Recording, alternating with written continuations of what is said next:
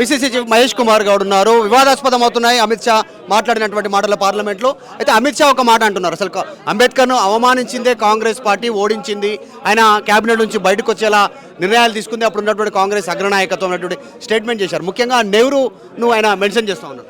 ఇక్కడ నువ్వు చరిత్ర తెలుసుకోవాలి. మహారాష్ట్రలో అంబేద్కర్ ఓడిపోతే నెహ్రూ గారు తిరిగి క్యాబినెట్ తీసుకున్నటువంటి ఘనత మర్చిపోయి మాట్లాడుతూ ఉన్నారు. రాజ్యాంగాన్ని రచించే తెలివితేటలున్నాయి కాబట్టి ఆనాడు అంబేద్కర్ గారికి అవకాశం ఇచ్చినారు. గొప్ప రాజ్యాంగాన్ని అంబేద్కర్ రచించినారు. ఇన్నేళ్లుగా రాజ్యాంగం మీద నడుస్తూ ఉన్నాం. ఇలా రాజ్యాంగాన్ని అంబేద్కర్ రచించిన రాజ్యాంగాన్ని మార్చుకొని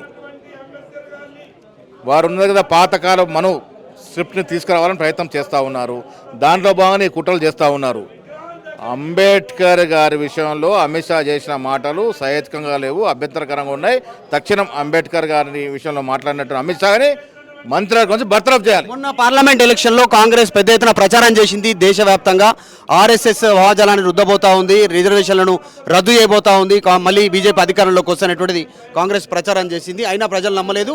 రీసెంట్గా హర్యానా కానీ మహారాష్ట్ర కానీ వచ్చినటువంటి ఎన్నికల ఫలితాలే నిదర్శనం అనేటువంటి బీజేపీ వర్షన్. హర్యానాలో మహారాష్ట్ర గెలిచిన తీరు చాలా లోతుగా ఆలోచిస్తే ఎంత డబ్బు పెట్టినారో మనకు అర్థమవుతుంది. హర్యానా మహారాష్ట్రలో వాళ్ళు గెలుపు కాదు, టెక్నికల్గా వారు గెలిచి ఉండొచ్చు, మోరల్గా మేమే గెలిచాము. అంబేద్కర్ రచించిన రాజ్యాంగాన్ని మార్చాలనే ప్రయత్నం ఎవరు చేసినా నిప్పును ముట్టుకున్నట్టే. అది బీజేపీ వారు గ్రహించుకోవాలి. నెక్స్ట్ ఏం చెప్పబోతున్నారు మహేష్ కుమార్ గౌడ్? ఏసీసీ ఇచ్చిన పిలుపు కొనసాగుతాయి. అమిత్ షాను మంత్రుల గురించి బర్తరఫ్ చేసేవారు ధనాలు కొనసాగుతాయి.